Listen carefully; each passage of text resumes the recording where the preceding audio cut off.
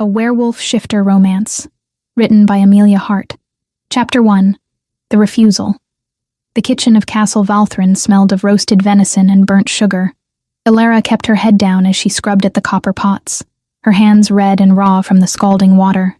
6 years she had worked these kitchens, ever since her father Bryn fell defending the southern borders. 6 years of invisible servitude, of keeping her wolf quiet and her head low. It was safer that way. Omegas who drew attention rarely lasted long in the castle. "Girl," Cook Marta barked from across the stone kitchen. "Lord Steward wants you in the Great Hall. Now." Elara's hands stilled in the water. Servants were never summoned to the Great Hall unless something had gone terribly wrong. Her mind raced through possible offenses. Had she broken something valuable? Overheard conversations she shouldn't have? "Move, child," Marta said, softer this time. Something that might have been pity flickered across her weathered face. Best not keep them waiting. Elara dried her hands on her apron, removed it, and smoothed down her simple brown dress. The fabric was coarse, patched in places, but clean. Her father had taught her that dignity wasn't about fine clothes. It was about how you carried yourself when the world tried to break you. She could still hear his voice sometimes, in quiet moments. "Stand tall, little one. A bent back invites a boot." The great hall stretched before her, vast and cold. Torches flickered in iron sconces along the stone walls, casting dancing shadows across the gathered nobles. Elara's breath caught. This wasn't a simple summons. This was court. At the far end of the hall, seated on the ancient throne of black iron and silver, was Alpha King Vilcor. Even from this distance, his presence dominated the space. Dark hair fell past his shoulders, and his beard was neatly trimmed in the style of warrior kings. His eyes were the deep green of forest shadows, and they tracked her approach with unnerving focus. She had seen him before, of course. Everyone in the castle had. But servants weren't meant to look directly at the Alpha King, weren't meant to notice the scars that marked his hands and forearms, the way he held himself with controlled violence barely leashed. Elara walked forward, her worn shoes whispering against the stone floor. The crowd of nobles parted reluctantly, their expensive silks and velvets a stark contrast to her servant's dress. She heard the whispers. Why summon a kitchen girl? What could she possibly have done? Look at her. She's nobody. Nobody. Yes, she had worked very hard to be nobody for 6 years. She stopped 10 paces from the throne and dropped into a curtsy, head bowed. The stone floor was cold beneath her knees. Elara, daughter of Bryn. Vilcor's voice carried across the hall without effort, deep and commanding. "You may rise." She stood, keeping her eyes appropriately lowered. Her heart hammered against her ribs, but she forced her breathing to remain steady. Whatever this was, she would face it the way her father had taught her. "You have served this castle loyally for 6 years, Vilcor continued. There was something strange in his tone, something she couldn't quite identify. "Your service has been noted. This wasn't how punishments began." Elara's confusion must have shown on her face because she heard a few scattered chuckles from the nobles. "Lord Vorian," Vilcor said, and Elara's blood turned to ice. "Step forward." The crowd shifted again, and there he was, Lord Vorian of the Northern Holdings, tall and broad-shouldered, his graying blonde hair catching the torchlight. He smiled at her, and it was the smile of a wolf who had cornered prey. She knew that smile, had seen it 3 years ago, on a summer evening during the Festival of the Twin Moons. The memory crashed over her, vivid and terrible. She had been gathering moonflower by the lake, the medicinal herb that grew only during festival nights. The voices had drawn her attention. A man and a woman, arguing in harsh whispers near the water's edge. "Please, Vorian, I'll be more careful, I swear it. You've embarrassed me for the last time, wife." Elara had ducked behind a willow tree, barely breathing. She had watched through the trailing branches as Vorian grabbed his wife by the throat, watched as he forced her head under the water, watched as Lady Vorian's struggles grew weaker, then stopped. When it was over, Vorian had arranged her body carefully, making it look as though she had simply fallen in. Accidental drowning. A tragic loss. Elara had remained frozen behind that tree for what felt like hours, clutching her basket of moonflowers so tightly the stems had cut into her palms. She had told no one. Who would believe a low-ranking Omega over a powerful lord? Who would protect her when Vorian inevitably discovered she had witnessed his crime? So she had buried it deep, that terrible knowledge, and made herself even more invisible than before. Now Vorian stood before the throne, and his cold blue eyes found hers. He knew she had seen. He had to know. Why else would he look at her with such vicious satisfaction? Lord Vorian has made a generous offer, Vilcor said, and Alara forced herself to focus on the Alpha King's words.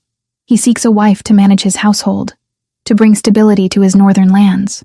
He has chosen you, Alara. The world seemed to tilt sideways. Chosen her? For marriage. It is an honor well above your station, Vilcor continued. This union will strengthen the bond between the crown and the northern territories. It serves the kingdom. Ilara's mind raced. This was why he wanted her. Not as a wife, but as a prisoner. She was the only witness to his crime, the only loose thread in his carefully woven lie. If she became his wife, she would be entirely under his control, isolated in his northern castle, far from anyone who might help her. And if she tried to speak the truth, a wife who accused her husband of murdering his previous wife would be dismissed as mad, jealous, or both. He would have her locked away. Or worse. You are commanded to accept this proposal, Vilcor said. And there was something odd in his voice again. That strange note she couldn't place. Speak your answer, Alara. The hall fell silent.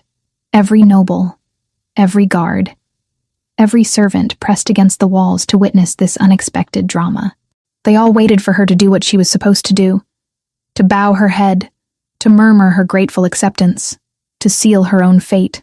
Alara thought of her father, thought of his calloused hands teaching her to hold a sword when she was barely tall enough to lift one, thought of his voice in the darkness.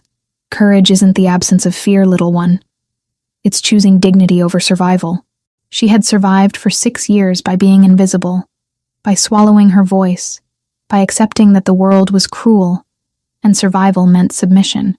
But her father hadn't raised her to survive. He had raised her to live. She lifted her chin and met Vilcor's green eyes directly. It was a breach of protocol that made several nobles gasp. You didn't look an Alpha King in the eyes.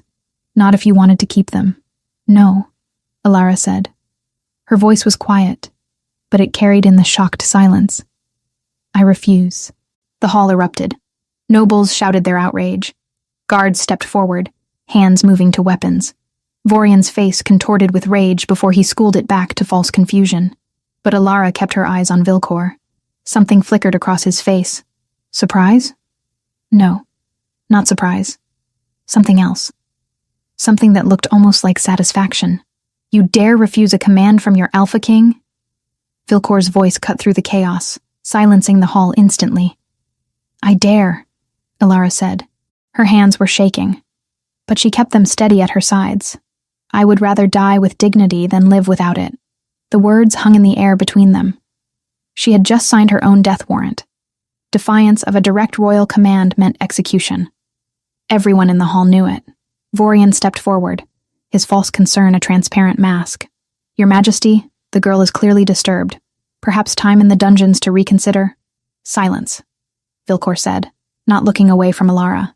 She has made her choice clear. The Alpha King rose from his throne, and the movement was fluid, predatory. He descended the 3 steps to the main floor, his boots ringing against stone. The crowd parted before him as water before the prow of a ship. He stopped directly in front of Alara. Up close, he was even more imposing, tall enough that she had to tilt her head back to maintain eye contact. The scars on his hands were clearer now, old wounds from blade and claw. His scent surrounded her, pine smoke and winter storms and something wild beneath. Kneel, he commanded. This was it then. The execution. Alara had seen enough of them to know how they proceeded. The condemned kneeling before the throne, the Alpha King's judgment delivered, the swift fall of the headsman's axe. She lowered herself to her knees, the stone cold and unforgiving beneath her. If she was going to die, she would do it the way her father had lived. With courage, with honor. She looked up at Vilcor one last time. I'm ready. His eyes held hers for a long moment, and she could have sworn she saw something shift in those green depths. Not cruelty, not anger, respect. Then he turned to face the assembled court. 6 months ago, I inherited a kingdom built on fear. My father ruled through terror, and I inherited his throne along with his methods. But I did not inherit his vision. He paused, letting his words sink in. I have tested many in this court. given commands that no just ruler should give. Commands designed to measure loyalty against conscience. Ilara's breath caught. Tested? 47 times I have given such commands. Vilcor continued. 47 times. My nobles, my advisors, my warriors have obeyed without question. They would see innocent families cast out, property seized without cause, lives destroyed, all because their king commanded it. His voice hardened. 47 times, not one soul in this kingdom had the courage to say no. The hall was utterly silent now. Every face showed shock, confusion, or dawning understanding. Until today, Vilcor said. Until a kitchen servant, an Omega with no power and no protection, looked her king in the eye and chose death over injustice. He turned back to Ilara, still kneeling before him. His hand moved to his head, and he lifted the crown of black iron and silver from his own brow. The world seemed to stop. The law is clear, Vilcor said. Defiance of the Alpha King's command is punishable by death, but the law also grants the Alpha King absolute authority over matters of justice and mercy. He held the crown before him, ancient metal gleaming in torchlight. I cannot pardon you without appearing weak, but I can make you my equal. Ilara's mind went blank. Equal? What did that? Vilcor lowered the crown toward her head, and the moment the metal touched her hair, the world exploded. Power slammed through her, raw and electric. Her eyes burned, the amber deepening to silver-touched gold. Vilcor's green eyes blazed with the same sudden fire. Emerald shot through with molten gold. Energy crackled in the air between them, visible as dancing sparks. Every shifter in the hall recoiled from the force of it. The mate bond. Real, undeniable, impossible to hide. Ilara gasped as sensation overwhelmed her. She could feel him, feel Vilcor in a way that went beyond the physical. His presence wrapped around her consciousness, foreign and familiar at once, and beneath the shock she felt his own stunned disbelief mirroring hers. He had been testing for courage. He hadn't been testing for this. The crown settled on her head, surprisingly heavy, warm from Vilcor's body heat. The crackling energy slowly faded, but the bond remained, a golden thread connecting her awareness to his. Behold, Vilcor's voice was rough, shaken for the first time. You're Luna, your queen, the only soul in this kingdom brave enough to defy injustice, even at the cost of her life. The crowd stared in absolute silence. Then, slowly, uncertainly, they began to kneel. Noble after noble, guard after guard, dropping to one knee in acknowledgement, all except Lord Vorian. His face had gone white, then red. Fury burned in his cold blue eyes.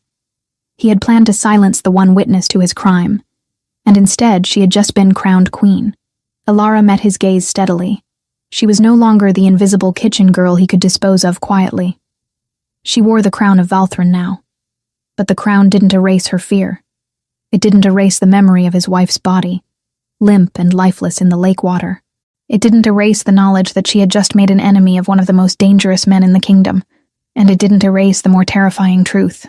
She could still feel Vilcor through that bond, feel his surprise, his confusion, his reluctant fascination. He had rejected the very idea of fated mates publicly, called them superstition and weakness. Now he was bound to one. She had refused a forced marriage to a murderer, only to find herself mated to an Alpha King who had used her as a test subject, who had put her life in danger to prove a philosophical point about courage. Vilcor extended his hand to help her rise. Through the bond, she felt his carefully controlled turmoil. He had not planned this. Neither of them had. Ilara looked at his outstretched hand, looked at the crown now resting on her own head, looked at the assembled nobles and the murderous rage on Vorian's face. She had survived 6 years by being invisible, by staying silent, by accepting that the world was cruel, that Ilara was dead. The woman who rose to her feet, ignoring Vilcor's offered hand, was someone different, someone who had said no to power and lived, someone who wore a crown and could feel the mate bond burning between her soul and a king she didn't trust, someone who had just declared war on a murderer without speaking a single word. The great hall erupted into controlled chaos as nobles processed this impossible turn of events. But Ilara stood still, the crown heavy on her head, and thought of her father. Courage, he had said, is choosing dignity over survival. She had chosen. Now she would live with the consequences.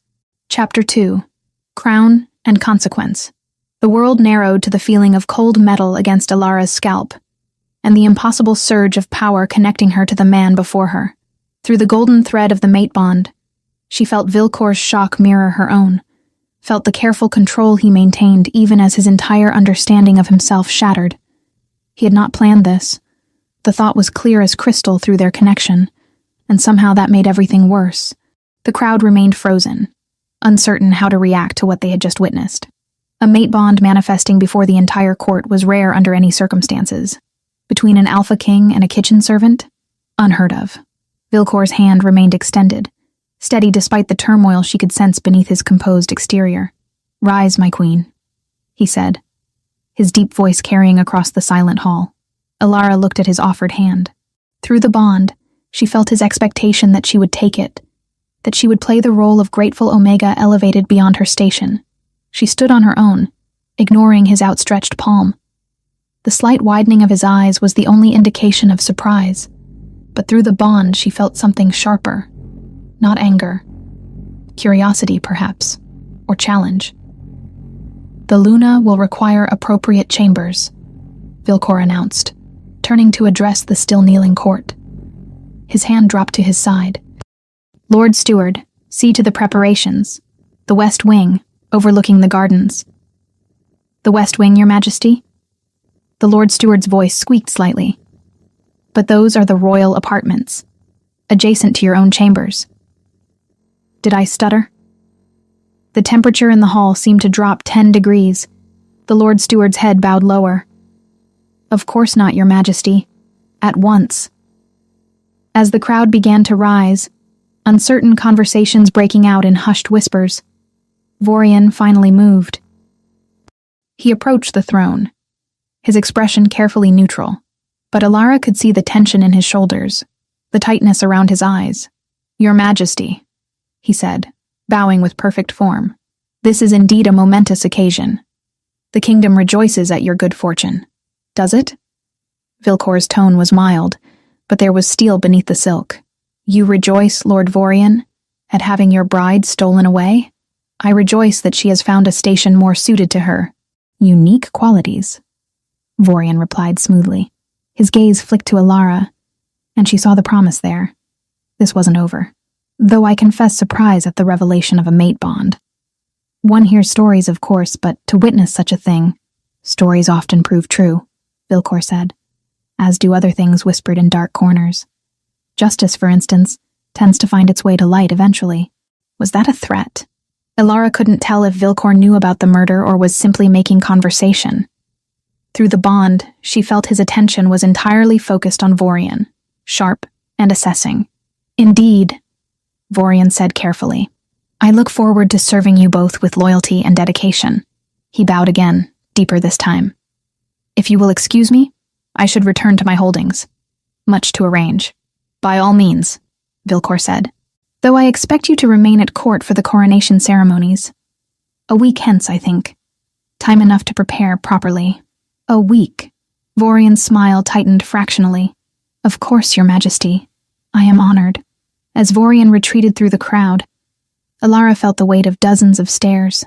The nobles were recovering from their shock, and she could practically see the calculations happening behind their eyes. Kitchen servant to queen in the span of minutes. Some looked resentful, others opportunistic. A few seemed genuinely curious. "Come," Vilcor said quietly, meant only for her ears. "We need to speak privately. I have nothing to say to you," Alara replied, keeping her voice equally low. Through the bond, she felt his flash of irritation quickly suppressed. "Nevertheless, we will speak, unless you prefer to have this conversation before the entire court." She met his green eyes, seeing the gold still flickering in their depths. The bond pulled at her, urging closeness, connection. She hated it. Hated that her body responded to his nearness, that some part of her wanted to trust him despite everything. "Lead the way, Your Majesty," she said coldly. If her tone bothered him, he didn't show it. He simply turned and began walking toward the great doors at the far end of the hall. The crowd parted instantly, nobles bowing and stepping back. Alara followed, acutely aware of her simple brown dress among their silks and velvets, of her rough hands and practical braid compared to their elegant coiffures. The crown sat heavy on her head, foreign and uncomfortable. They walked in silence through stone corridors lit by torches. Guards snapped to attention as they passed, eyes carefully forward. Servants pressed themselves against walls, heads bowed.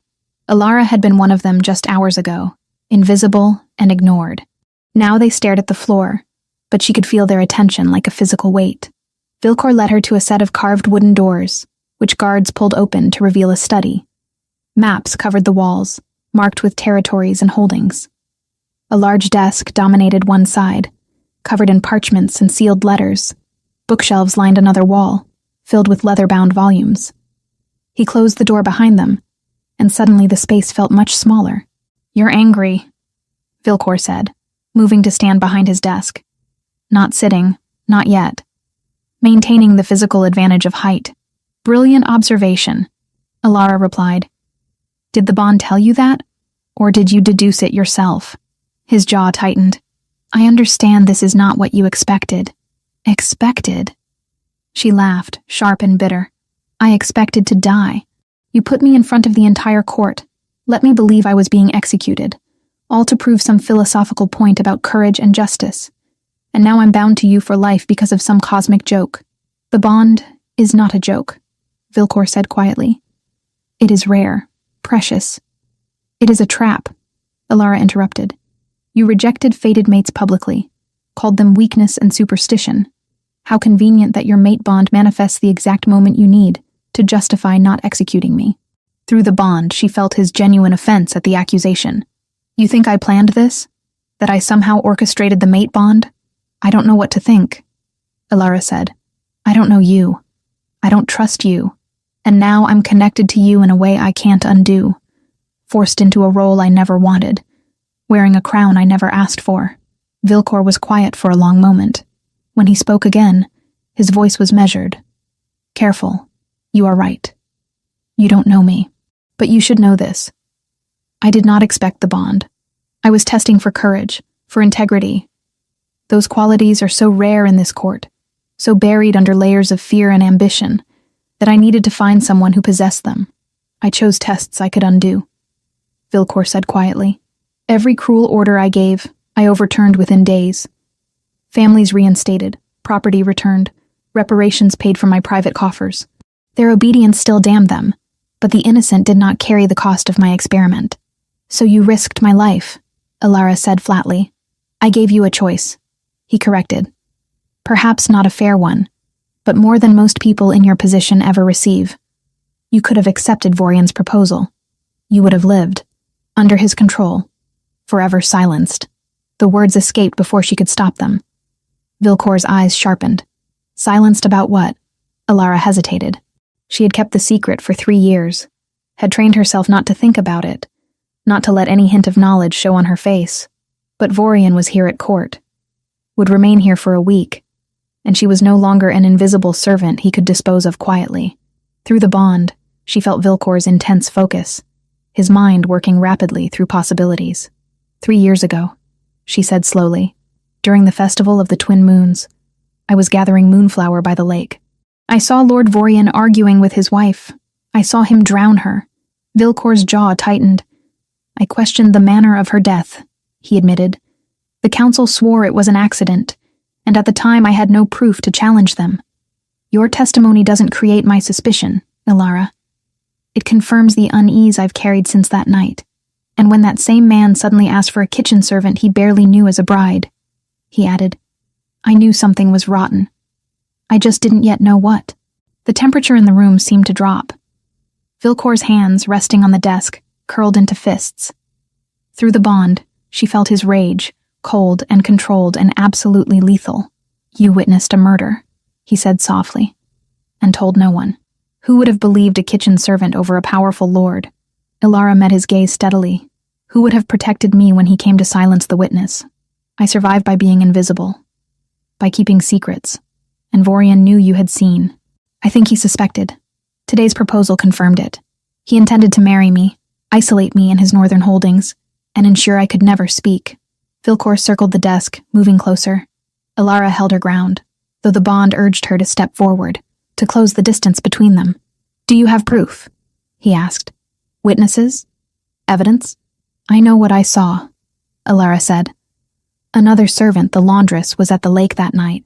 I don't know if she saw what I did, but she might have. Then we investigate," Vilcor said immediately. Quietly, carefully. "If Vorian murdered his wife, he will answer for it." Just like that, Elara couldn't keep the skepticism from her voice. "You believe me without question?" Through the bond, she felt his absolute certainty. "I tested 47 people for courage and integrity. 47 people failed. You were the only one willing to die rather than compromise your principles. Why would you lie about this?" It was the first thing he had said that felt entirely genuine. Not strategic, not political. Simply true. "Because," she said quietly, "I have lived too long watching evil go unpunished. Watching the powerful crush the weak. I refuse to be part of that system anymore, even if it costs me everything." Something shifted in Vilcor's expression. The careful control slipped, just for a moment, and she saw the man beneath the crown. Tired. Burdened. Trying so hard to be different from his father. "That," he said, "is why the bond chose us." The words hung in the air between them. Through their connection, she felt the truth of what he believed. That the mate bond didn't create compatibility. It recognized it, found two souls fighting the same battles and bound them together. It was a romantic notion. It was also terrifying. "I need time," Elara said. "Time to process this. Time to figure out who I am now that I'm wearing this crown." "Time you shall have," Vilcor agreed. "Your chambers are being prepared. They are yours alone. I will not enter without invitation." The promise meant more than he perhaps realized. She had expected demands, expectations of immediate intimacy that the mate bond seemed to encourage. Instead, he was offering space. "Thank you," she said, and meant it. He nodded once, then moved back toward his desk. "We should discuss the coronation ceremony. There are traditions, protocols." "Tomorrow," Elara interrupted. "Please. I have gone from kitchen servant to condemned woman to queen in the span of hours. I need to breathe." Through the bond, she felt his reluctant understanding. "Tomorrow, then. I will have servants bring you appropriate clothing. Meals will be provided. If you need anything, I will manage," Elara said. She turned toward the door, then paused. "One question. Ask. The test. You said 47 people obeyed unjust commands without question. What would you have done if I had obeyed as well? If no one ever said no?" Vilcor was quiet for a long moment. When he spoke, his voice was heavy with a truth he had perhaps never admitted aloud.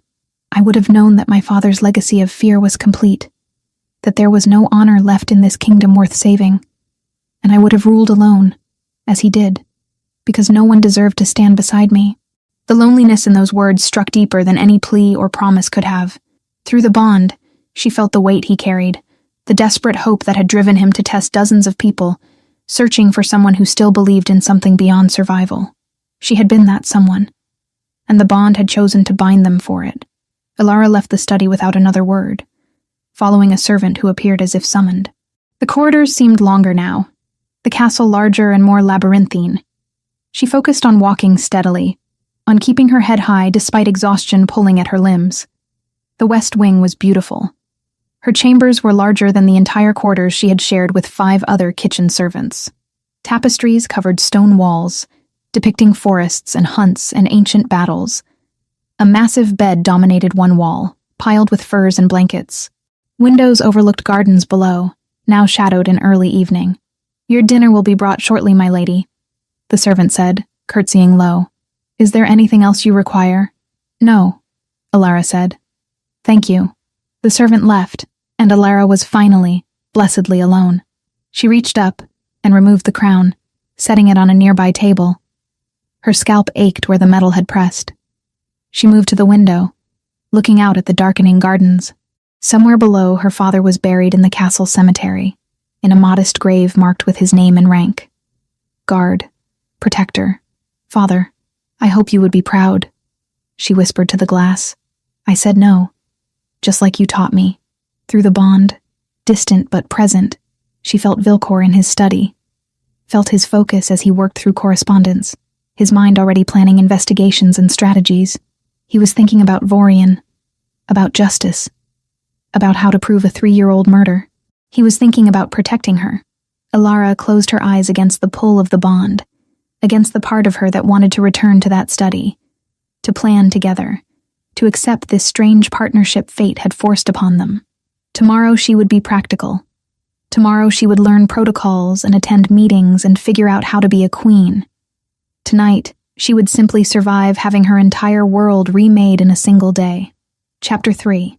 Nightmares and Truth. Sleep would not come.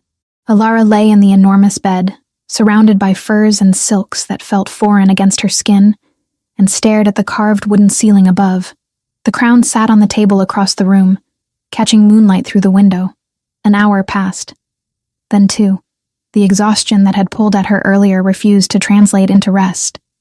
Instead, a dull ache began building behind her temples, spreading down her neck and into her chest. Not quite pain, but pressure, wrongness, the mate bond, she realized. Demanding proximity she refused to give. She pressed her palm against her sternum, feeling her heartbeat irregular beneath. Through the bond, distant but present, she sensed Vilcor. Awake, like her. The same discomfort pulling at him. Good, she thought viciously. Let him suffer too. But the spite didn't ease the ache. By the time dawn light began creeping through the windows, painting the stone walls pale gold, Ilara felt hollow, nauseated. Her head throbbed with each pulse. A knock at the door made her flinch. "My lady?" A servant's voice, female and uncertain. "His Majesty requests your presence in the library. When you are ready, of course." Ilara pushed herself upright, swaying slightly as the headache intensified. "I will come shortly." The servant who had spoken the night before appeared with clothing. Simple by noble standards, but finer than anything Ilara had owned. A dress of deep blue wool, soft against her skin. The servant helped her dress and pin her hair in a style befitting a queen, though her hands remained rough and calloused beneath the finery. The library occupied the eastern tower, filled with books and scrolls and the smell of old parchment. Morning sun streamed through tall windows. Vilcor stood at a table covered in maps, his back to the door. He didn't turn when she entered, but through the bond she felt his awareness of her presence. The moment she crossed the threshold, the ache in her chest eased fractionally. "You didn't sleep," Vilcor said, still studying the maps. His voice was rough with exhaustion. "Neither did you. The bond makes separation uncomfortable." He finally turned to face her. Dark circles shadowed his eyes, making the green seem brighter by contrast. "It will worsen if we continue fighting it. Then we fight it," Ilara said flatly. "I won't be forced into proximity because some cosmic force demands it." Something flickered across his face. Frustration, perhaps, or understanding. "As you wish. Though I would prefer my queen functional rather than collapsing from bond sickness. Your concern is touching. It's practical," Vilcor corrected. "We have work to do. Vorian won't wait patiently while we argue about sleeping arrangements." The mention of Vorian focused her attention. Ilara moved closer to the table, noting the maps marked territories and trade routes. "What are you planning?" "Investigation," Vilcor said. "You witnessed a murder 3 years ago. If we can find evidence, proof beyond your word, we can move against him legally." He glanced at her. "Tell me everything. Every detail you remember." So Ilara did. She described the festival night, the moonflower growing by the lake's edge, the voices that had drawn her attention. She recounted the argument, the violence, the careful way Vorian had arranged his wife's body to suggest accident. Vilcor listened without interruption, his focus absolute. Through the bond, she felt his mind working rapidly, cataloging details and forming strategies. "You said another servant might have been there," he prompted when she finished. "The laundress. I saw her at the lake earlier that evening, washing linens in the shallows. I don't know if she witnessed the murder, but she would have been nearby." "What's her name?" "Greta. She's elderly, works in the lower washrooms." Vilcor moved to the door and spoke quietly to the guard stationed outside. Within minutes, a nervous woman in her 60s was ushered into the library. Her hands twisted in her apron as she curtsied low. "You sent for me, Your Majesty?" 3 years ago, during the Festival of the Twin Moons, Vilcor said gently. You were at the lake. Do you remember that night? Greta's face went pale. Her eyes darted to Alara, then back to Vilcor. Your Majesty, You're not in trouble, Alara said, moving forward. The woman flinched slightly, and Alara realized she was now the queen. Her word carried weight, authority. Please. We need to know what you saw. I saw Lord Vorian, Greta whispered. With Lady Vorian. I was in the willows, finishing the linens. I heard them arguing. Tears began streaming down her weathered cheeks. I saw him push her under the water, saw him hold her there. And I did nothing. I was too afraid. You did nothing wrong, Vilcor said firmly. Fear of powerful men is not cowardice. It's survival. Will you testify to what you saw? Alara asked, formally, before the court. Greta's hands shook harder. He'll kill me. He won't touch you. Vilcor's voice carried absolute conviction. You have my word as Alpha King. Speak truth, and you will be protected. The woman looked between them, searching their faces. Finally, she nodded. I'll speak. That poor lady deserves justice. After Greta left, escorted by trusted guards to safe quarters, Vilcor returned to his maps. 2 witnesses. It's a start, but not conclusive. We need more. Physical evidence, if any remains. Testimony from others who knew the marriage was troubled. How do we find that without alerting Vorian? Alara asked. Carefully. Vilcor looked at her directly. This is why I needed someone I could trust. Someone who sees injustice and refuses to accept it. The court is full of people who will tell me what I want to hear, or what benefits them. You told me truth when it could have cost your life. You keep saying that, Alara said. But you barely know me. How can you trust me based on one moment of defiance? Because defiance under threat of death reveals character, Vilcor replied. Anyone can be brave when it's convenient. You chose principle over survival. That's not a decision made lightly or falsely. They worked through the morning, planning approaches and identifying potential witnesses. The headache that had plagued Alara faded as they remained in proximity, the bond settling into reluctant contentment. Around midday, Vilcor called for food. They ate in the library, continuing their discussion between bites of bread and cheese. Alara found herself grudgingly impressed by his methodical approach. He anticipated problems, planned contingencies, considered angles she hadn't thought to examine.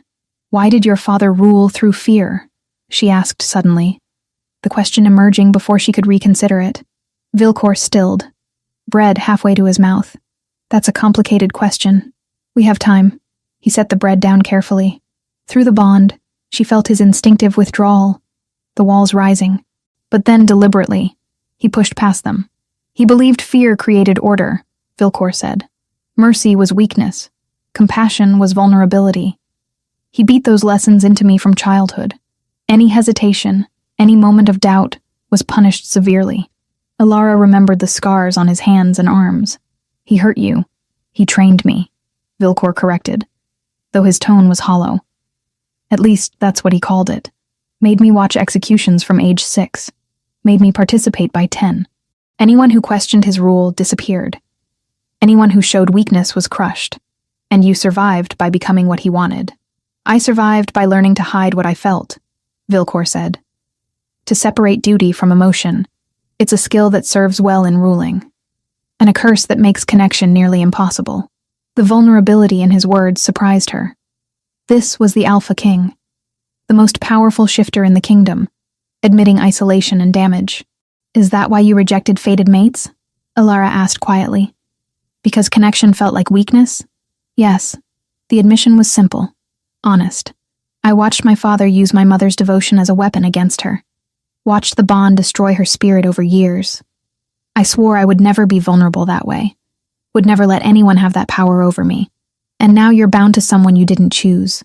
To someone who reminds me hourly that I don't control everything, Vilcor said, and something in his tone might have been wry humor. The universe has a sense of irony. Despite herself, Alara felt sympathy stirring. They were both trapped by the bond, both fighting against a fate neither wanted.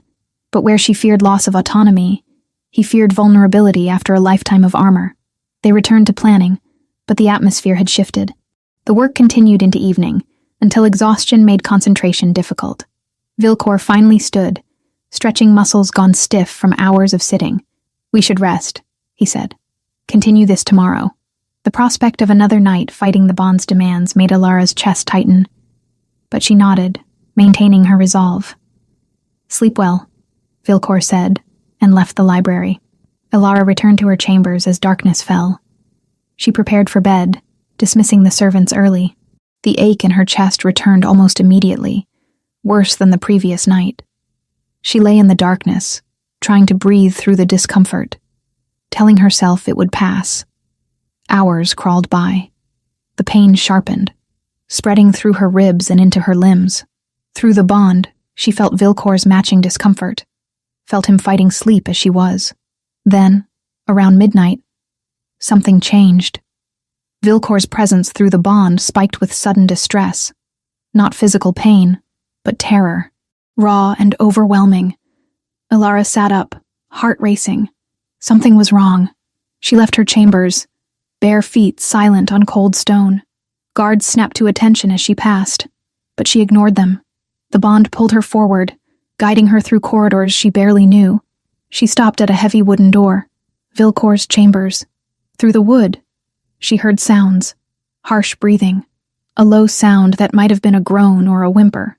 Ilara pushed the door open. Vilcor lay in his bed, tangled in sheets, his body rigid with tension.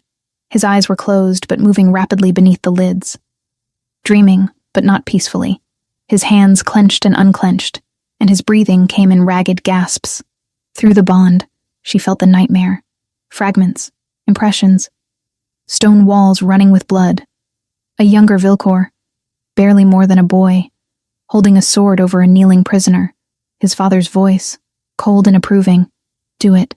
Show me you're strong." Ilara moved to the bed without thinking. She sat on the edge, reaching out to touch his shoulder. "Vilcor, wake up." His eyes snapped open, blazing gold in the darkness. For a moment he didn't seem to recognize her, his wolf too close to the surface. Then awareness returned, and the gold faded back to green.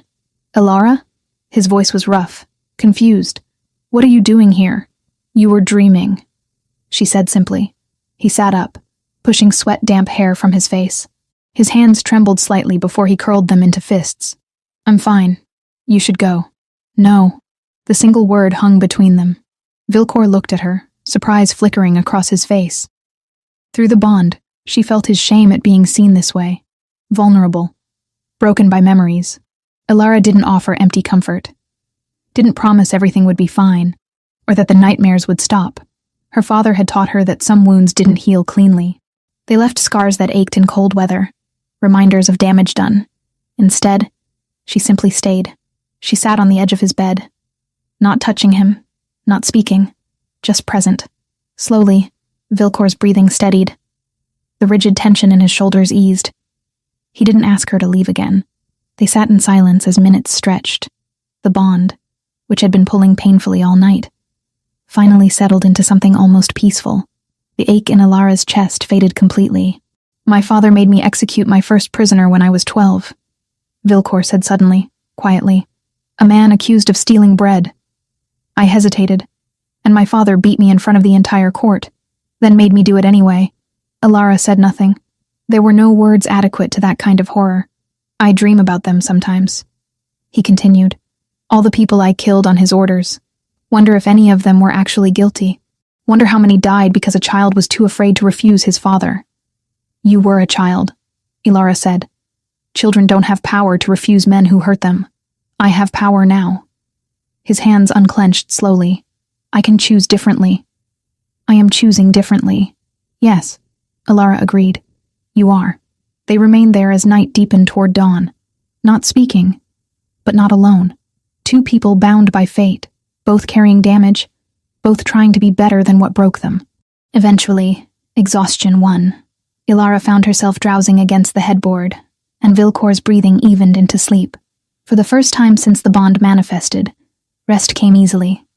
When dawnlight woke her hours later, she found herself lying beside him, both still fully clothed and carefully not touching. The bond hummed contentment between them, satisfied finally by simple proximity. Vilcor's eyes opened, meeting hers. Neither spoke. They both understood what had shifted during the night. Not acceptance of the bond, not forgiveness for the circumstances that created it, but perhaps the beginning of something real beneath the magic and politics. Two damaged people choosing, however reluctantly, to trust. Chapter 4. Steel and Silence. The training yard was empty when Alara arrived at dawn. Mist clung to the packed earth, softening the edges of the weapons rack and the wooden posts used for sword practice. She had dressed in the simplest gown she could find, though even that felt restrictive compared to her old servant's clothes. Vilcor was already there, stripped to shirt sleeves despite the morning chill. Two practice swords lay on a nearby bench, their blunted edges dulled by years of use. "You came," he said, not quite managing to hide his surprise. "You commanded it," Alara replied. "Besides, I'd rather learn to defend myself than wait for the next assassination attempt with only prayers for protection." He picked up one of the swords and tossed it to her. She caught it awkwardly, the weight unfamiliar in her hands, heavier than she remembered from childhood lessons with her father. "Your grip is wrong," Vilcor said, moving behind her. His hands covered hers, adjusting her fingers on the leather-wrapped hilt. The bond hummed contentedly at the contact, and Alara gritted her teeth against the pleasant warmth spreading through her chest. "Relax your shoulders," he continued. "You're holding all the tension there. It will tire you faster than any fight. Maybe I prefer to be tense around men who nearly had me executed," she said. "Fair," he said, stepping back. "But it will still get you killed." They moved through basic forms. Defensive stances, footwork, how to pivot without losing balance. Alara's body remembered fragments of her father's lessons, muscle memory stirring beneath years of kitchen work. But she was clumsy at first, too aware of Vilcor watching, of the bond pulling at her attention. "Again," he said when she stumbled. "Lead with your left foot. Balance through your center." She tried. Failed. Tried again. Sweat began to dampen her hairline despite the cool air. "Better," Vilcor said after a time. "You're remembering." "My father taught me," Alara said between breaths. "He said even a girl should know how to hold a blade. A wise man," Vilcor said quietly. Then he attacked. Not with full force, but fast enough that she barely raised her sword in time. The impact jarred her arms, sending shock waves through her shoulders. She stumbled back. "What?" He pressed forward, not giving her time to think. Strike, parry, advance. Alara reacted on instinct, blocking more by luck than skill. Her breath came harsh and ragged. "An assassin won't wait for you to perfect your form," Vilcor said, relentless. "Move. Adapt." Something shifted in Alara. The fear of failure burned away, replaced by old anger. Anger at being powerless, at watching crimes go unpunished. At 6 years of swallowing her voice, she stopped only defending. She attacked. Her blade swung toward his side. He blocked it easily. But surprise flickered across his face. "There," he said. "That's what I wanted to see." They continued until her arms trembled with exhaustion. When he finally called a halt, she was panting, sweaty, and oddly exhilarated. Her body remembered how to be dangerous, how to be more than invisible. "You did well," Vilcor said. He wasn't even breathing hard. "We'll train every morning. Your instincts are good. You just need to trust them." As they left the yard, Alara became aware of watching eyes. Nobles on a nearby balcony, observing with poorly concealed interest. Among them stood Lady Vesper, her auburn hair gleaming in the strengthening sunlight. Her expression was calculating. "They're talking about us," Alara murmured. "Let them," Vilcor said. "While they gossip, we work." The talk turned vicious by midday. Alara heard the whispers as she walked the corridors. Servants fell silent when she passed, but not quickly enough. Words like enchantment and false bond and kitchen witch followed her like shadows. The formal test came during the evening meal. The great hall was crowded, nobles in their finest silks and velvets. Alara wore deep green, the crown resting on her pinned hair. She felt every eye tracking her as she entered on Vilcor's arm. They had barely taken their seats when Lady Vesper rose from her place halfway down the hall. She approached the high table with measured steps, her smile sharp. "Your Majesties," she said, curtsying perfectly. "Might I offer the court's congratulations on your union?" "Your words are kind," Alara replied evenly. "Only honest." Vesper said, though some in the court find themselves curious. Mate bonds are so rare. Some might even say mythical. Her gaze moved between them. To have one appear so suddenly, at such a convenient moment. It has given us much to discuss. Courts rarely lack for topics to discuss, Vilcor said, his tone dangerous. True, Vesper agreed. But when those discussions concern the stability of the throne, it becomes more than idle gossip. Forgive my bluntness, but some worry that perhaps outside forces are at work. Old magic, perhaps. There are tales of bonds being falsely woven. The hall went silent. Every conversation stopped. All attention focused on the high table. You're suggesting I used magic to deceive your king? Alara asked, her voice calm despite the fury building in her chest. I suggest that in uncertain times we should question convenient coincidences, Vesper said lightly. A condemned servant suddenly becomes queen. It is curious. Alara studied the woman before her. Vesper was intelligent enough not to believe her own implications. This was about planting doubt, undermining authority. I spent 6 years scrubbing your pots, Alara said clearly. If I possessed such powerful sorcery, don't you think I would have used it sooner? A few nervous laughs broke the tension. I survived by being invisible, Alara continued, by staying silent while men like Lord Vorian drowned their wives and faced no consequences. The hall erupted in shocked murmurs. Somewhere near the back, glass shattered against stone. Those are serious accusations, Vesper said, her smile faltering. Against serious crimes, Alara replied. And now I have a voice to speak them. If I wanted power, Lady Vesper, there are far simpler methods than enchanting kings. Vilcor's hand covered hers on the table. Through the bond, she felt his fierce pride. My mate bond is not subject to debate, he said quietly, lethally, nor is my choice of Luna.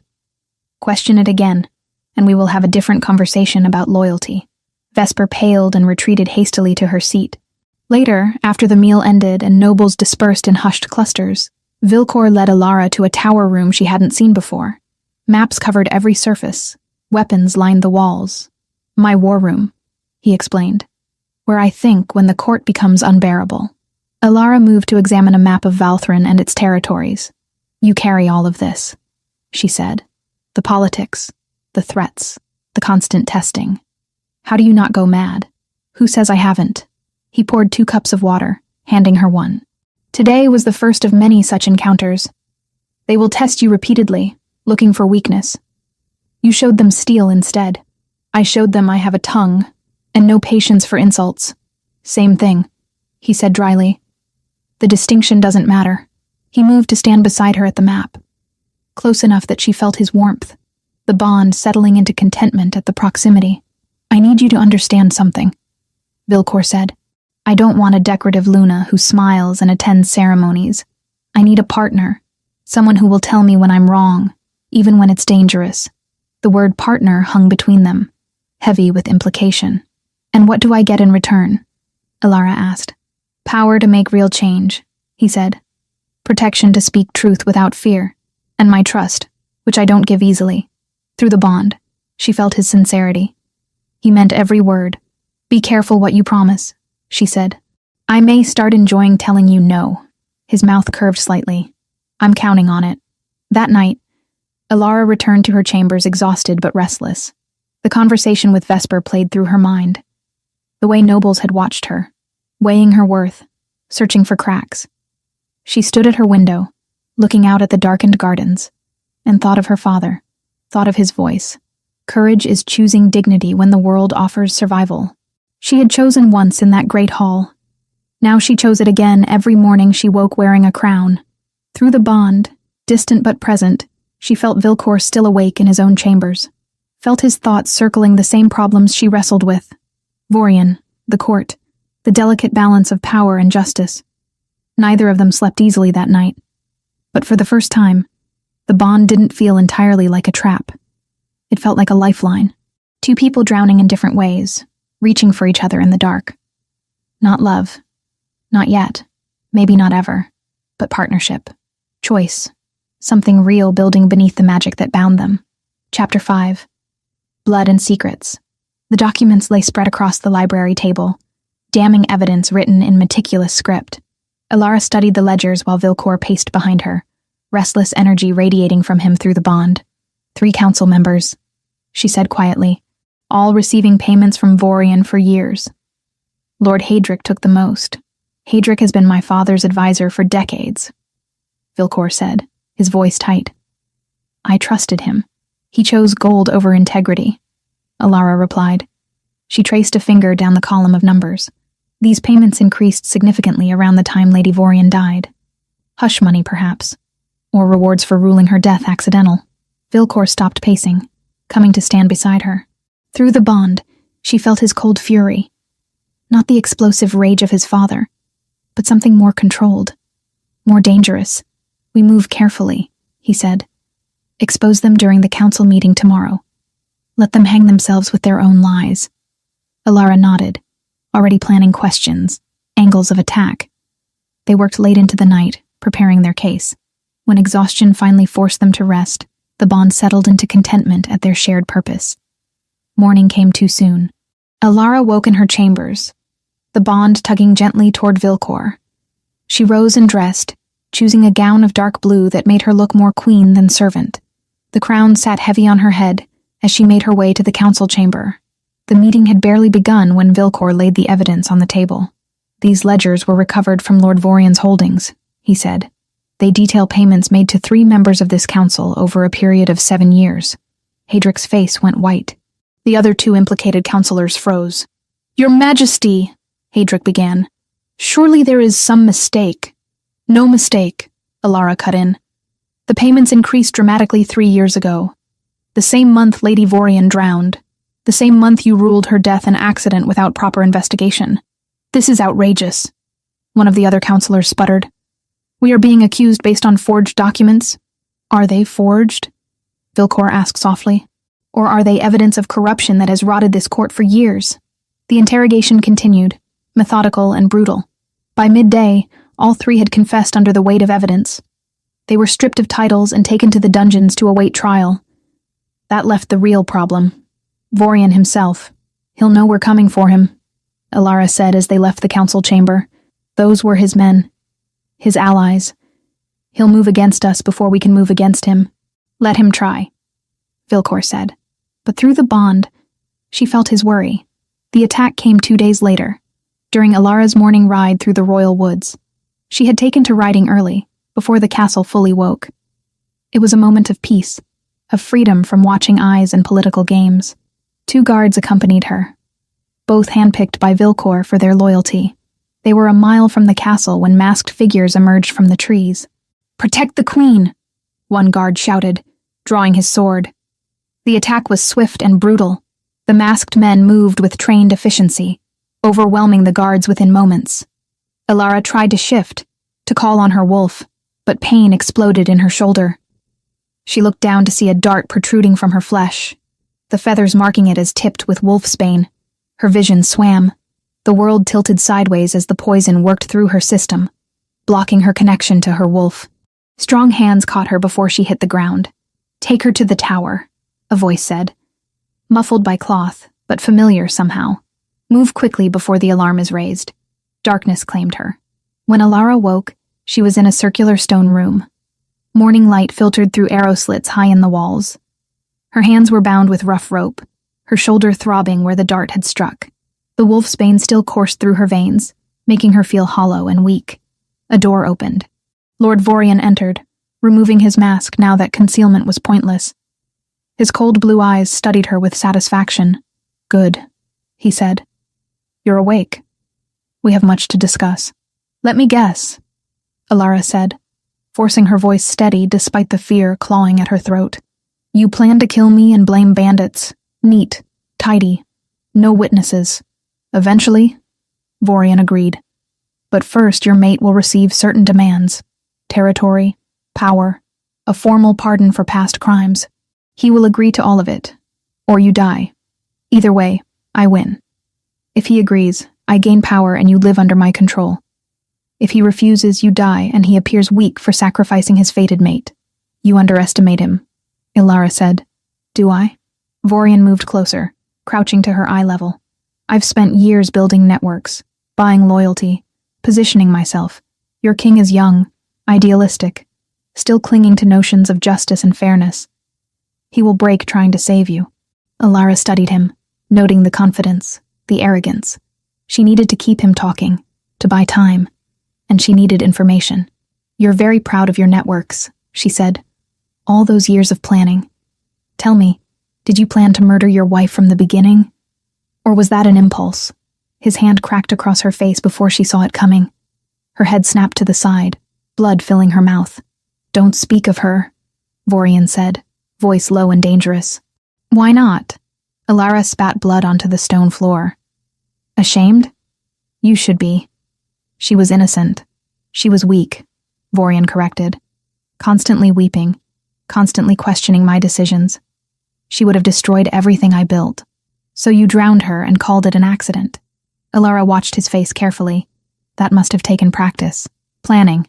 How did you learn to kill so efficiently? Or was she not your first? His expression shifted, pride warring with caution. You want to know about killing? I've been perfecting the art since before you were born, girl. Your precious king's father, the great Alpha King, didn't die of natural causes. I poisoned him slowly over months. Made it look like illness. No one suspected. There it was. The confession she needed. But she needed him to believe she was helpless. Not a threat. Impressive, she said, letting fear color her voice. You've thought of everything. I have, Vorian agreed, his arrogance returning. Which is why you will stay here until your king kneels. This tower is abandoned, forgotten. No one will find you. He left, locking the heavy door behind him. Alara waited until his footsteps faded completely before she moved. The rope binding her wrists had been tied hastily. She twisted her hands, ignoring the burn as rough fibers cut into her skin. The wolfsbane made her weak, but her human strength remained. She found a sharp edge on the stone wall and began sawing the rope against it. Hours passed. The wolfsbane slowly weakened in her system, though not fast enough. Her wrists bled from the effort, but the rope finally gave way. She stood on shaking legs, assessing her prison. The tower was old, truly abandoned as Vorian claimed. But high in one corner, she spotted movement, a bird's nest, which meant birds came and went through the arrow slits. Alara climbed onto a broken piece of furniture, reaching up toward the nest.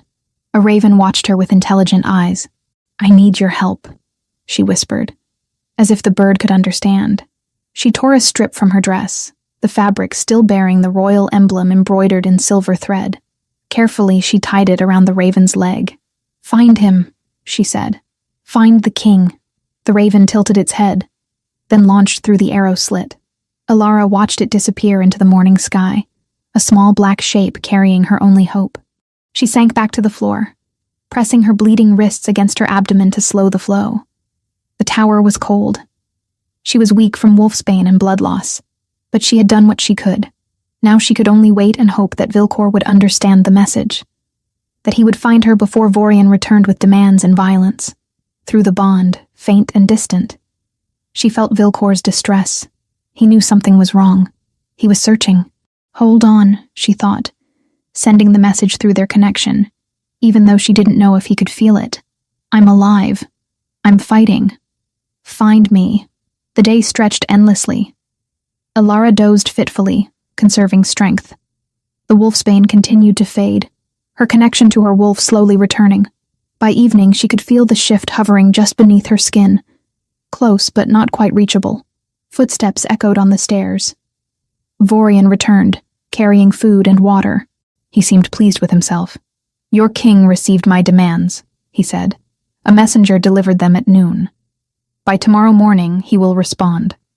I expect he will agree to everything. He won't, Alara said. He'll come for me himself. Then he's a fool. Vorian set the food just out of her reach. Eat. I need you alive for the exchange. He left again. Alara crawled to the food, ate mechanically. She needed strength for what was coming, because through the bond, growing stronger as the wolfsbane faded, she felt Vilcor, felt his determination, his rage, his absolute certainty. He was coming, not to negotiate, to wage war. And when he arrived, she would be ready to fight beside him, not wait to be rescued. The moon rose through the arrow slits, casting silver light across the stone floor.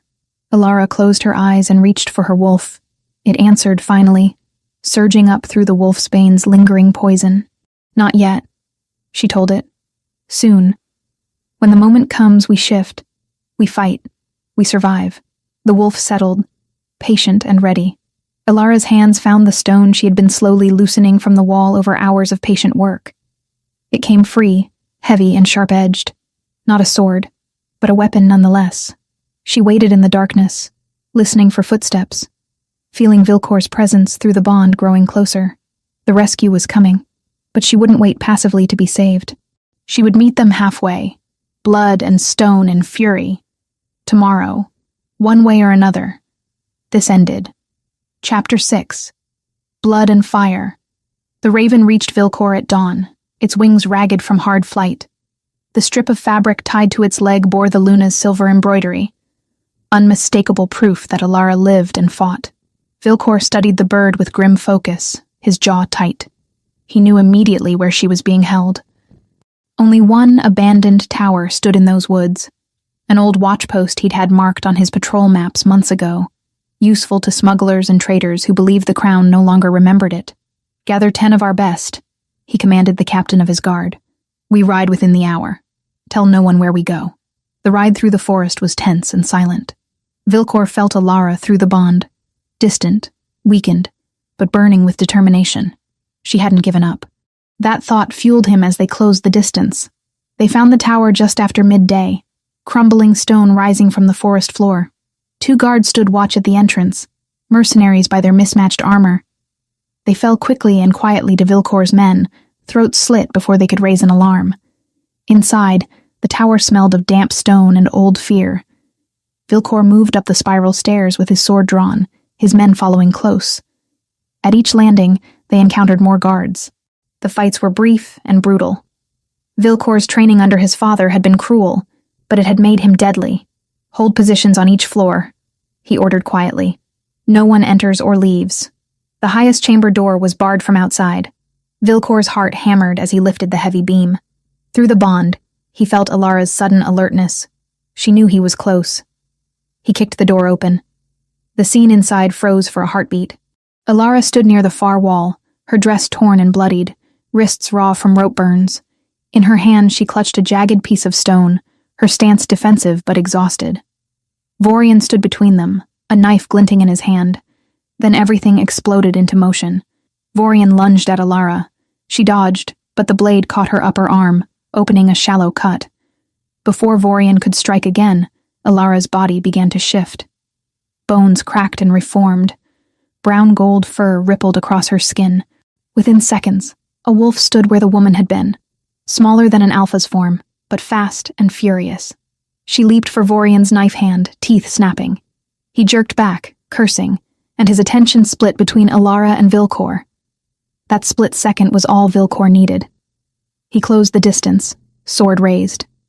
Steel met steel as Vorian barely blocked the strike.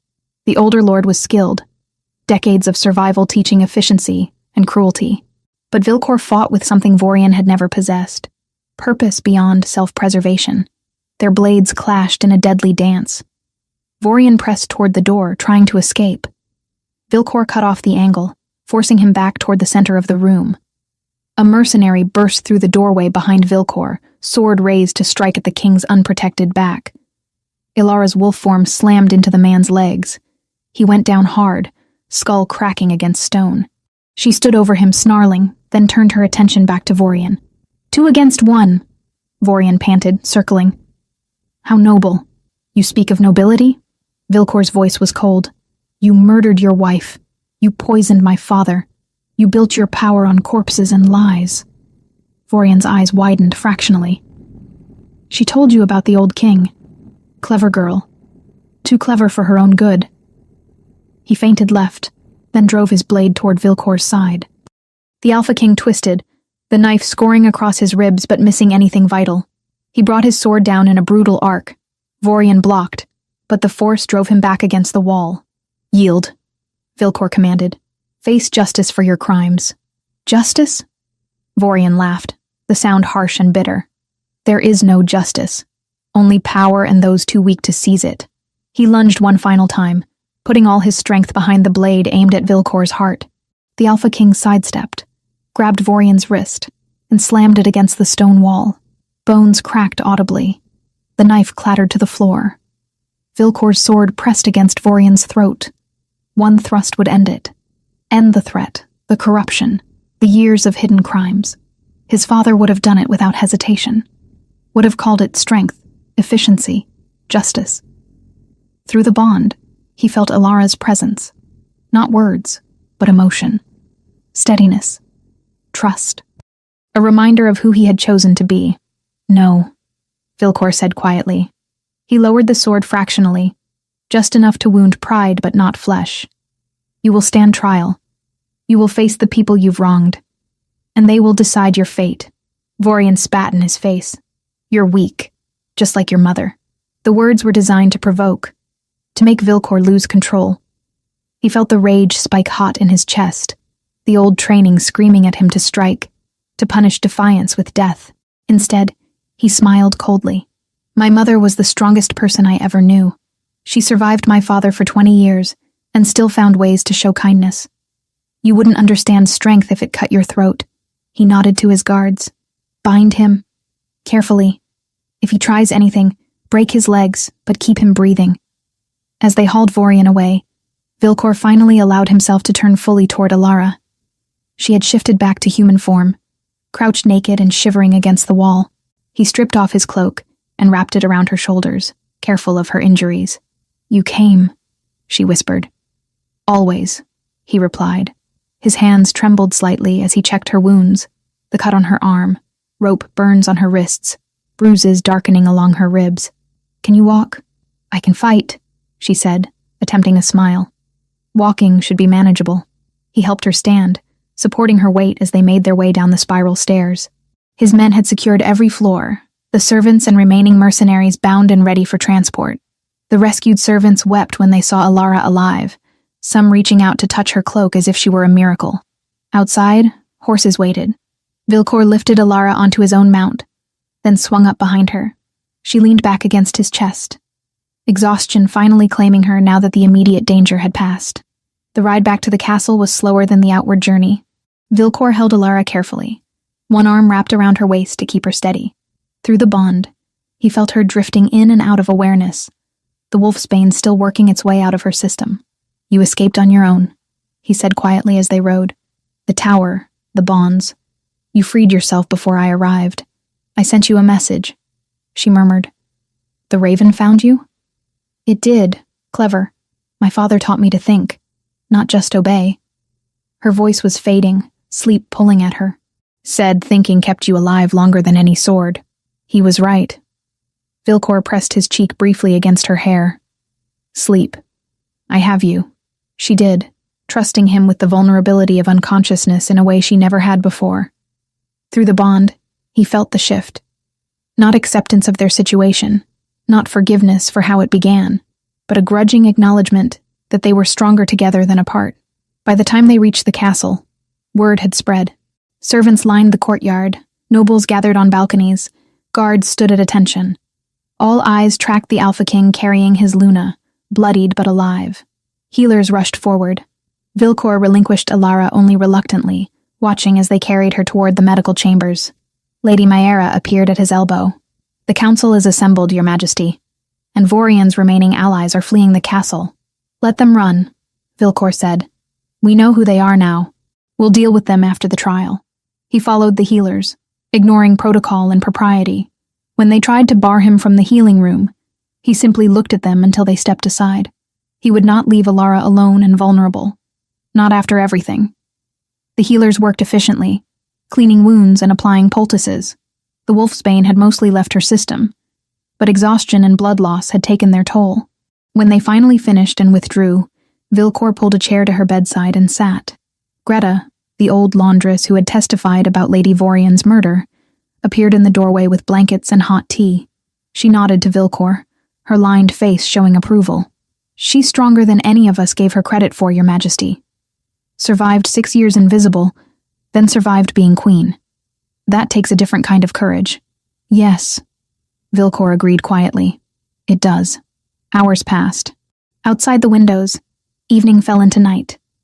Elara finally stirred, her eyes opening slowly. Vilcor? Here. He moved closer, taking her hand carefully. You're safe. We're at the castle. The healers say you'll recover fully. She squeezed his fingers weakly. Vorian? In the dungeons. Alive and awaiting trial as you wanted. Justice, not vengeance. Something relaxed in her expression. Good. That's good. She drifted back to sleep, but her hand remained in his. Vilcor sat through the night, watching her breathe, feeling the bond settle into something that felt less like a trap and more like a foundation.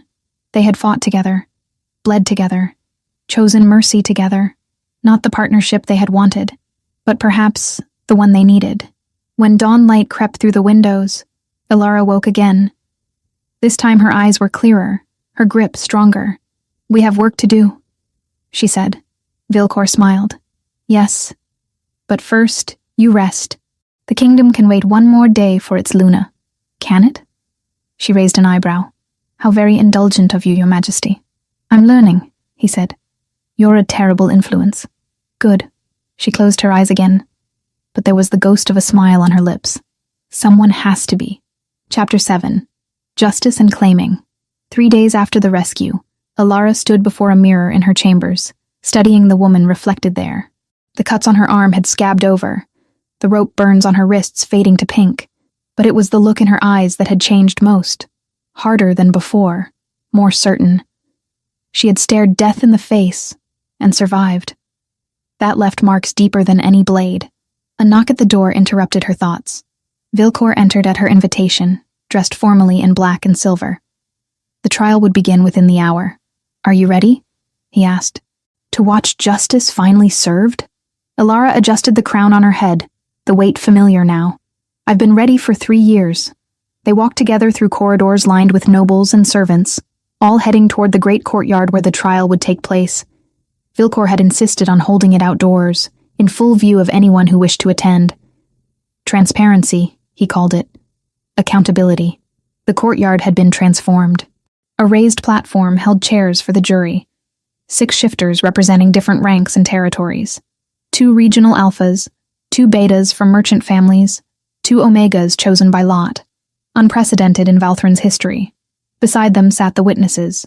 Greta, her weathered face solemn, and several servants who had worked in Vorian's household over the years. The crowd was enormous. Citizens packed every available space, climbing walls and hanging from windows for a better view. The air buzzed with anticipation.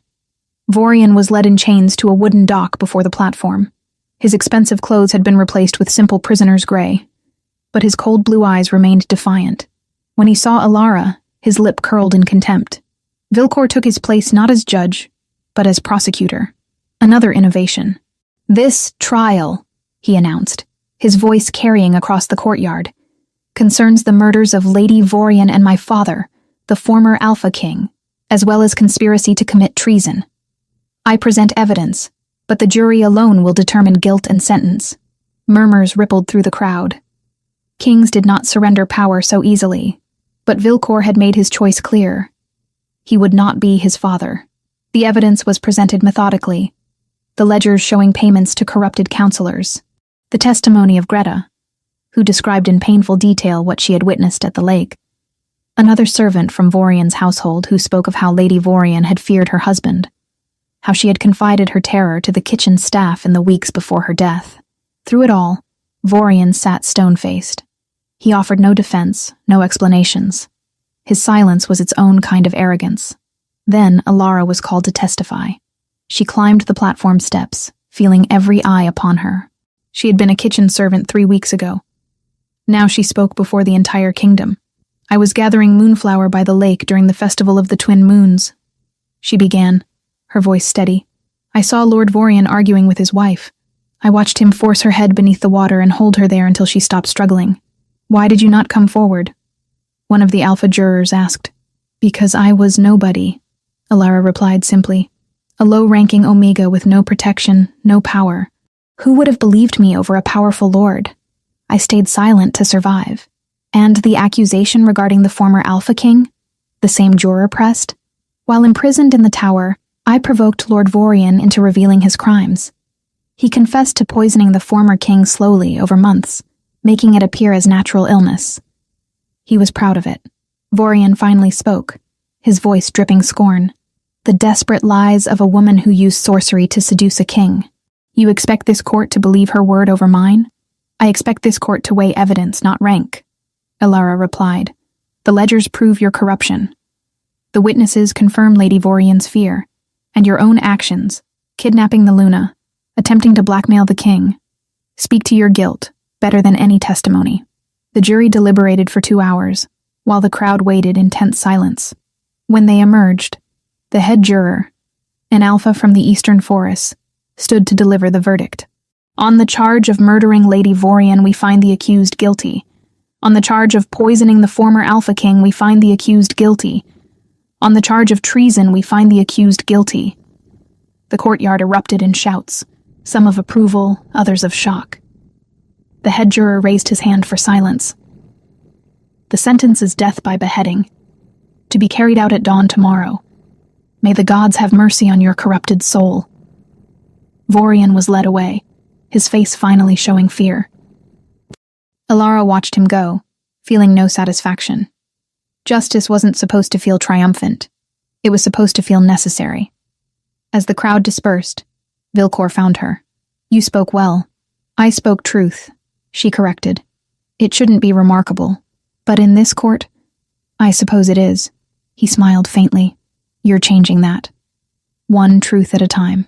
That evening, Vilcor summoned his council to announce the reforms that would follow the trial. 3 seats had opened with the arrest of the corrupt members. He filled them with Lady Mayra, Commander Eldon, and a young beta scholar known for integrity. Furthermore, he said, looking at each counselor in turn, the Luna will have voting authority equal to mine in all matters of domestic policy and justice. Her voice carries the weight of the crown. Protests erupted immediately. The remaining old guards sputtered about tradition, precedent, the natural order. Vilcor let them speak, then silenced them with a look. The natural order, he said quietly, is what men invent to justify keeping power. I am changing that order. Adjust, or find positions elsewhere.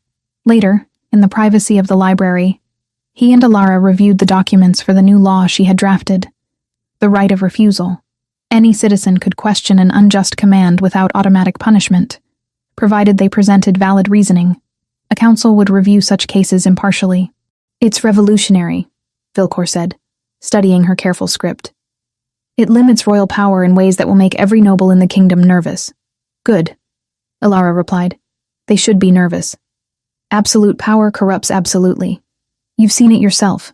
He set the document down, his green eyes serious. This is what you meant to do from the beginning, isn't it? Not just survive, but change the system entirely. I watched evil go unpunished for years, Elara said. I swallowed my voice and hated myself for it. If wearing this crown means I can prevent others from facing that same choice between dignity and survival, then I'll wear it. Vilcor reached across the table, taking her hand. Through the bond, she felt his admiration, his growing respect. We make a good team, he said quietly. We do, she agreed, surprising herself with the truth of it. The night before Vorian's execution, Vilcor found Elara standing on her balcony, staring at the stars. He joined her in silence, their shoulders nearly touching. Do you regret it? He asked. Any of this? Which part?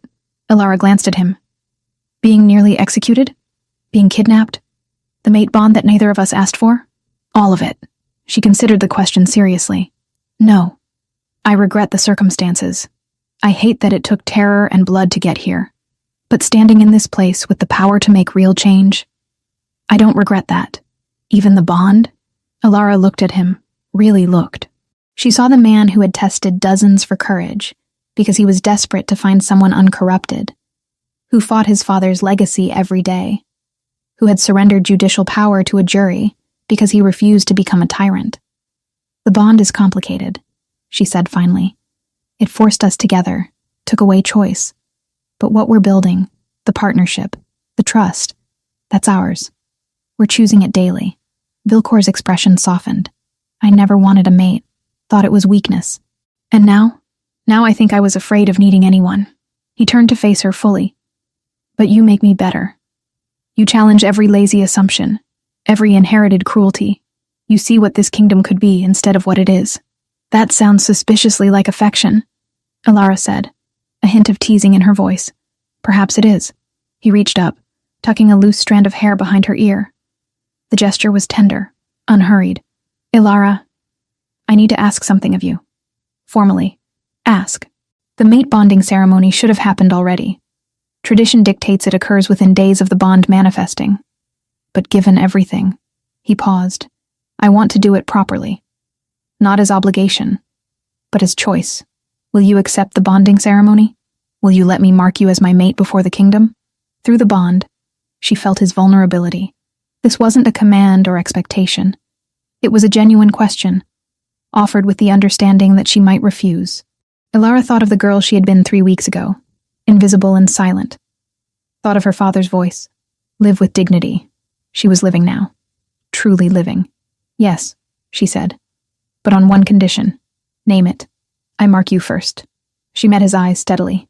Tradition says the Alpha marks the Omega, claiming them. But we are equals. I claim you just as you claim me. Vilcor's smile was brilliant, transforming his usually stern face. Deal. 3 nights later, under the full moon, the courtyard filled again. This time for celebration instead of judgment. Torches lined the space, casting flickering light over the assembled crowd. Musicians played ancient songs of bonding and union. Elara wore a gown of midnight blue that seemed to capture starlight. The crown rested on her elaborately braided hair. Vilcor stood beside her in black and silver, the king's circlet on his brow. The high priest spoke the traditional words, but Elara barely heard them. Her focus was on Vilcor, on the bond humming between them, on the choice they were making before their people. When the priest finished, Vilcor turned to Elara. I ask for your consent before all assembled. Will you accept my mark, my protection, my partnership? I will, Elara said clearly. If you accept mine. Surprise rippled through the crowd. This wasn't traditional. Vilcor's smile grew. I do. Elara stepped forward first, as they had agreed. She tilted Vilcor's head to the side, exposing his throat. Then she shifted partially, just enough for her teeth to sharpen, and bit down on the junction of his neck and shoulder, the bonding mark, visible proof of their union. Vilcor exhaled sharply, but didn't flinch. When she pulled back, blood welled from the bite. It would heal into a permanent mark, showing the world he was claimed. Then it was his turn. He cupped her face gently, his thumb brushing her cheek. Thank you, he whispered, too quietly for anyone else to hear. For choosing me. He bit down on her neck, the pain sharp but brief. Through the bond, sensation flooded, not just physical, but emotional. His fierce protectiveness, his growing love, his absolute certainty that she was the strongest person he had ever known. When they separated, the bond flared between them, golden and complete. They turned to face the crowd as truly bonded mates. The courtyard erupted in cheers. Nobles who had questioned Elara's legitimacy now bowed. Servants wept with joy. Commander Eldon raised his sword in salute, and the guards followed suit.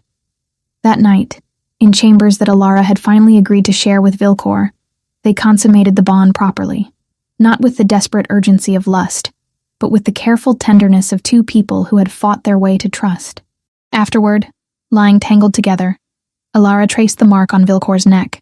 We did it, she murmured. Actually chose each other. We did, he agreed, pulling her closer. And tomorrow we keep choosing. Every day. Through the bond, she felt his contentment matching hers. They were building something new in Valthrin. Not perfect, not without struggle, but real. Honest. Just. For the first time since the crown was placed on her head, Elara felt peace. Chapter 8. New Dawn. 6 months had transformed the kingdom of Valthrin in ways both subtle and profound. Elara stood at the window of the council chamber, one hand resting on the swell of her belly, watching morning light paint the courtyard gold. The castle that had once felt like a prison now felt like home. Complicated, demanding, but hers. Your Majesty, Lady Mayara's voice drew her attention back to the room. The petitioners are ready. Elara turned from the window, settling carefully into her chair at the council table. The pregnancy had been easier than expected.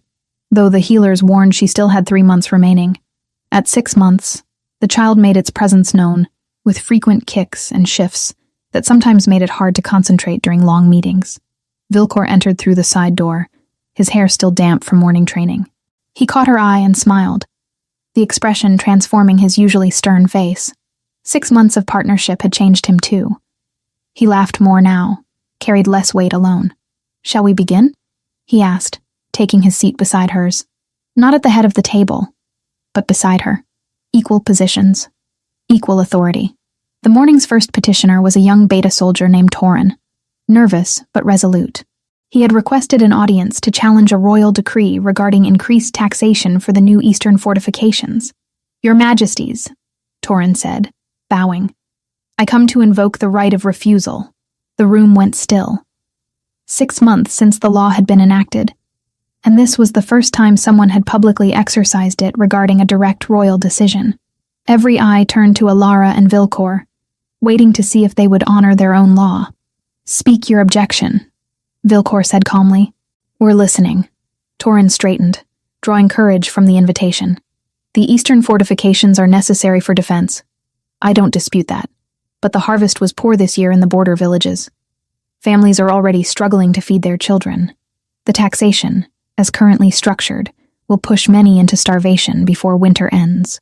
He pulled out a ledger, hands shaking slightly, and presented figures. Crop yields, family sizes, existing debt burdens. He had done his research thoroughly. "I propose," Torin continued, "delaying the fortification by 1 season. Allow families to recover from the poor harvest. Implement the taxation next spring when they'll have reserves to draw from. The delay adds some risk to our defenses, but losing citizens to starvation is a greater loss than any enemy could inflict." Silence stretched across the chamber. Alara studied the young soldier, seeing echoes of herself in his courage. Speaking truth to power, risking consequences for the sake of others. "Your analysis is sound," she said finally. "Lady Mayera, do the treasury figures support his claims?" Mayera consulted her own ledgers. "They do, Your Majesty. The eastern villages reported yields at 60% of normal. The taxation as currently scheduled would indeed create severe hardship." Vilcor leaned back in his chair, considering. Through the bond, Alara felt his thought process, weighing defense needs against citizen welfare, pride against wisdom. "Soldier Torin," he said at last, "you've done more thorough research than some of my paid advisors. Your proposal is accepted. The fortifications will be delayed 1 season, and taxation adjusted accordingly." Relief flooded Torin's face. "Thank you, Your Majesty. Both of you." "Thank you," Vilcor corrected, "for having the courage to speak up. This is exactly what the right of refusal was designed for, ensuring leaders consider all perspectives, especially those from people living the reality of our decisions." As Torin left, the other counselors exchanged glances. Some looked impressed, others uncomfortable. The old guard still struggled with the idea of their power being questioned, but it was working. The law was working. After the council session ended, Alara made her way through the castle gardens. The autumn air was crisp, leaves turning gold and red.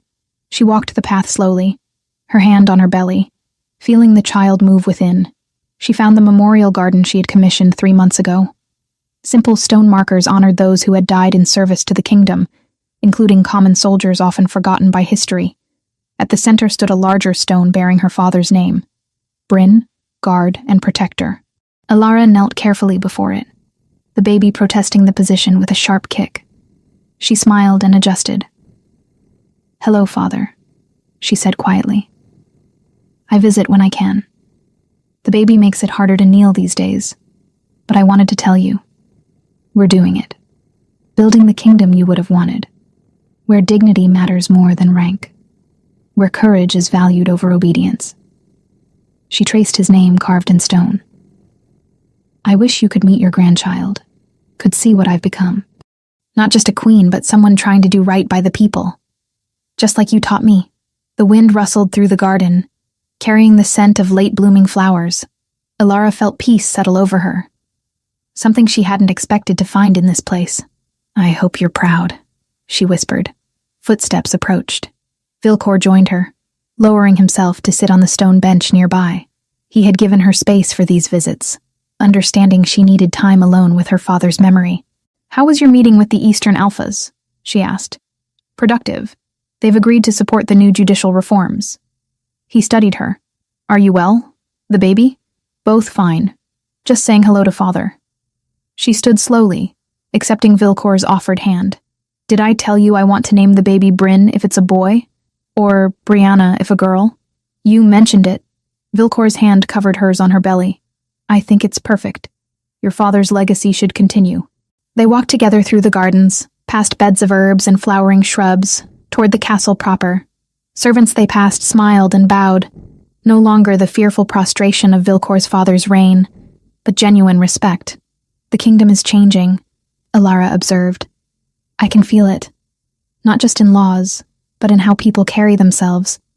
There's less fear. Thanks to you," Vilcor said. "You showed them someone could stand up to power and survive.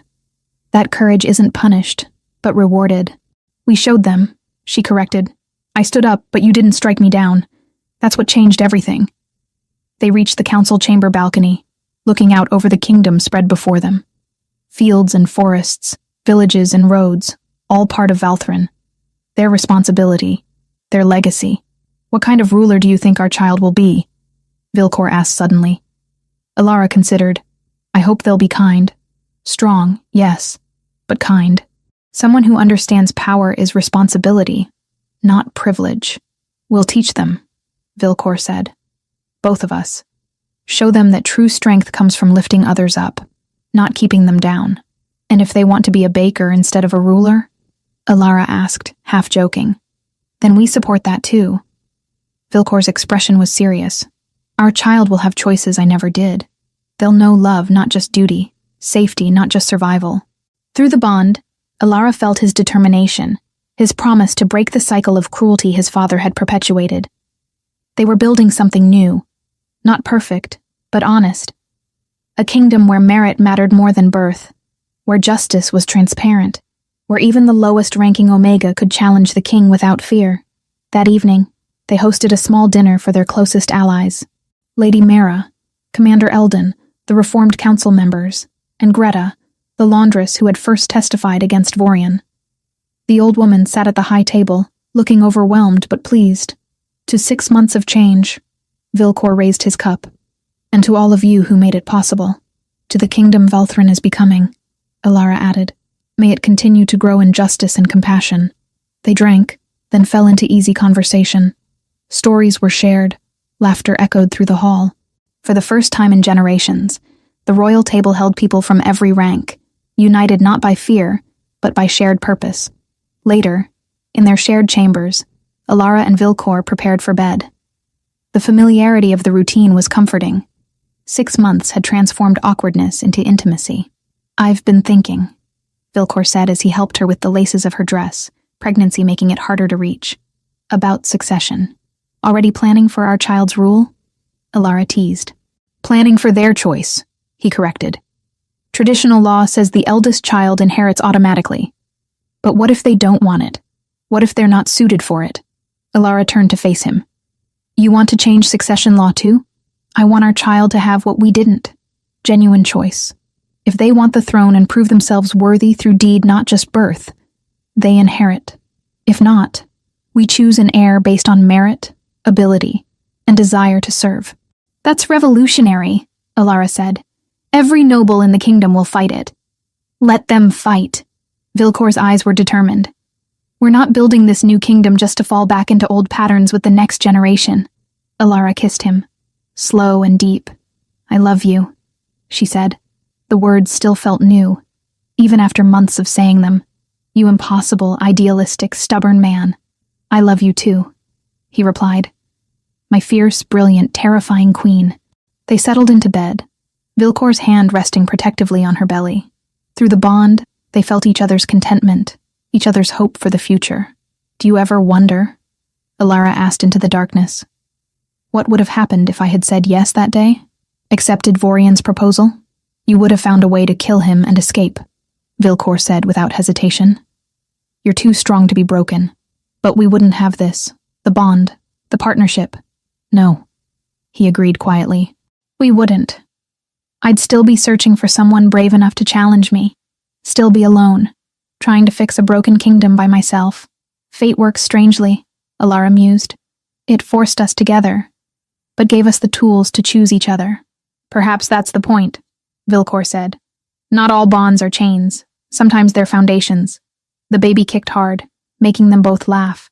Alara guided Vilcor's hand to where their child moved restlessly within. Our legacy, she said softly. Not just this child, but the kingdom we're building. A place where someone like me, nobody from nowhere, can stand beside a king and change the world. You were never nobody, Vilcor said fiercely. You were exactly who the kingdom needed. Who I needed. They fell asleep, wrapped around each other, the bond golden and settled between them. Outside, the kingdom slept too, dreaming of the future they were building together. A future where courage mattered more than birthright, where justice was transparent, where even the smallest voice could echo loudly enough to change the course of history. In the morning, there would be more work, more challenges, more nobles resisting change, and citizens learning to speak up. But tonight, they rested. The king who learned to share power, the queen who refused to be silenced, and the child they would raise together, heir to a kingdom transformed by the courage of two people who chose dignity over survival, and chose each other, every single day. The end.